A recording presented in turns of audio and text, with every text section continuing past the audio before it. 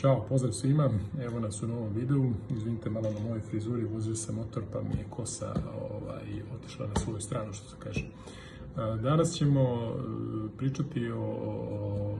malo drugačijoj temi, a opet je naravno vezana za film, međutim neće biti za istoriju, nego će biti vezana za moderna neka dešavanja. To je filmska distribucija i kako filmska distribucija funkcioniše trenutno. Kao što svi znate, kad su počeli prvi filmovi da se emituju, filmske kopije su bile na 35 mm traci. Film se sastoji iz nekoliko činova, to jest kopija, tako da ste vi praktično kada pustite film u bioskopu menjali na onom kotoru gde se filmska traka namotavala te činove i naravno to je, uglavnom je recimo jedan film od 2 sata uglavnom se sastoji iz 4 do 5 činova, to je bila neka standardna dužina jer nije sve moglo biti namotano na jedan kotur trake. Filmske 35 mm kopije su poznate i po tom čuvenom pendlovanju, jer recimo u slučaju da distributer nema dovoljan broj 35 mm kopija da dostavi bioskopima,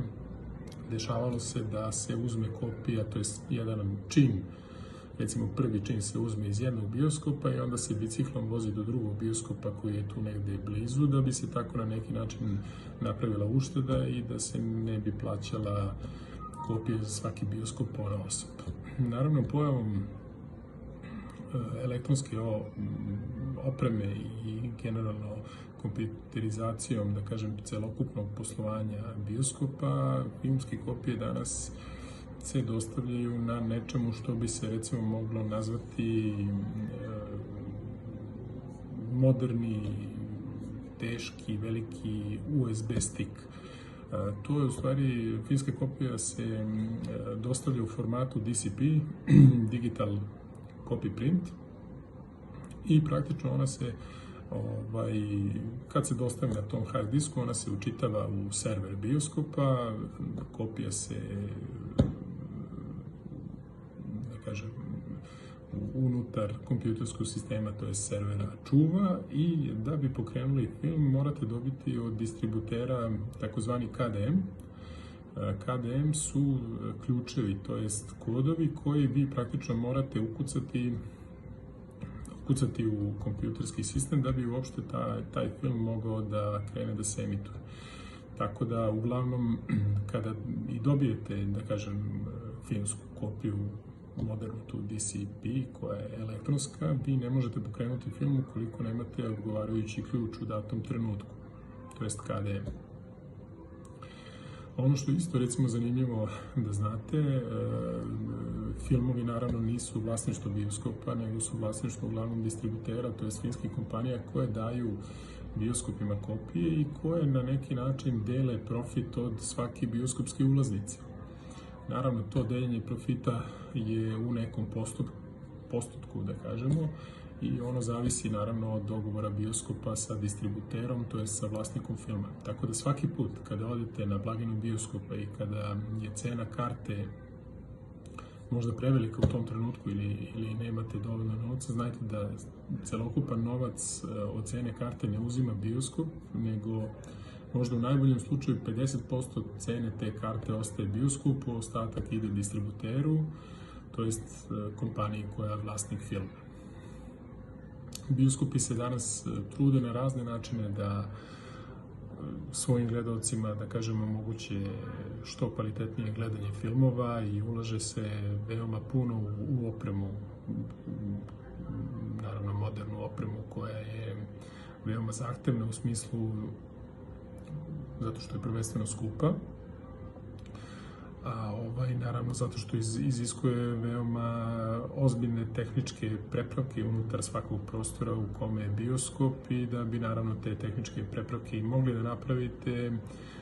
to iziskuje bioskopima mnogo ulaganja, to jest mnogo novca da bi uopšte mogla ta oprema da radi. Možda najveća unapređenja su naravno u zvuku, ne čak u kvalitetu zvuka, ne čak u samoj kvaliteti slike. jer vi danas imate sisteme poput DTS-a, SDDS-a, to su sve sistemi koji su više kanalni, koji praktično vam daju taj osjećaj kao da se nalazite u realnom vremenu i to vam je recimo najbolji primjer za to kad gledate film i onda kada čujete negde iza leđa vaših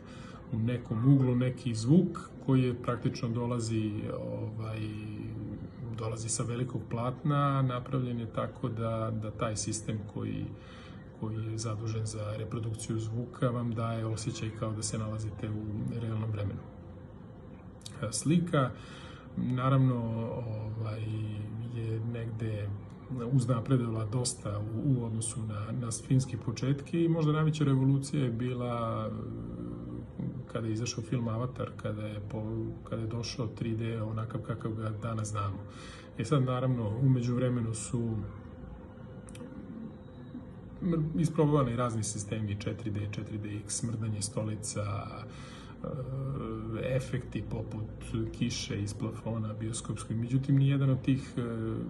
formata nije dovoljno zaživeo i recimo ono što filmska industrija negde očekuje i što se smatra da će biti, da kažem, treća revolucija filma, to je drugi deo Avatara i slika gdje ćete vi praktično moći da učestvujete u samom filmu. Naravno, to je sad još uvijek sve pod velom tajne i mnogi bioskopi neće ni moći da tu opremu, da kažem, koriste, ali jednostavno neće biti u mogućnosti da priušte. Međutim, naravno, kako kroz godine se koristi nova oprema, tako se i to na neki način cena opreme pada. Današnje ulaganje u moderne bioskope su, kao što sam rekao, prilično velika i video bi otvorili bioskop koji ima recimo 3 do 4 sale sa najmodernijim zvukom, sa najmodernijom slikom, da pružite jedan uticaj multipleksa gledalcima, treba vam bezmalo nekih 1.000.000 eura. Tako da je bioskop veoma jako ulaganje, a da kažem, ukoliko nema gledalca ili ukoliko nema publike, može da bude veoma rizičan posao, jer vi praktično ne možete da funkcionišete bez gledalca, konstantnog broja gledalaca na blagajnama. Eto, nadam se da je ovo bilo zanimljivo, da je ovo neka malo modernija priča savremena, tako da ćemo se potruditi i sledeći video isto da bude zanimljiv i da zajedno uživamo u tome. Pozdrav!